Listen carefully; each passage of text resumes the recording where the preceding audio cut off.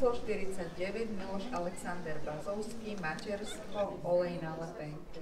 280 zatiaľ v sále poprvýkrát, 1000 eur je internet, po druhýkrát, 11 000 eur po tretíkrát internetového dražiteľa. V 19.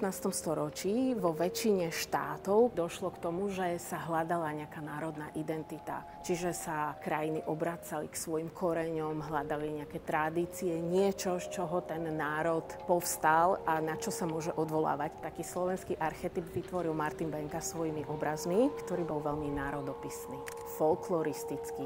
Postavil toho slovenského človeka do popredia, heroizoval ho, monumentalizoval ho. A na túto líniu národnú v umení nadviazal aj Miloš Alexander Bazovský.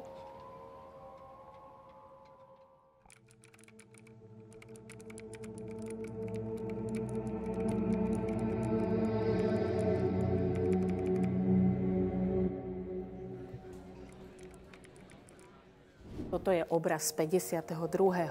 Je to záver jeho tvorby, ktorá je aj odborníkmi, aj laickou verejnosťou najviac cenená. V tomto období už cituje sám seba.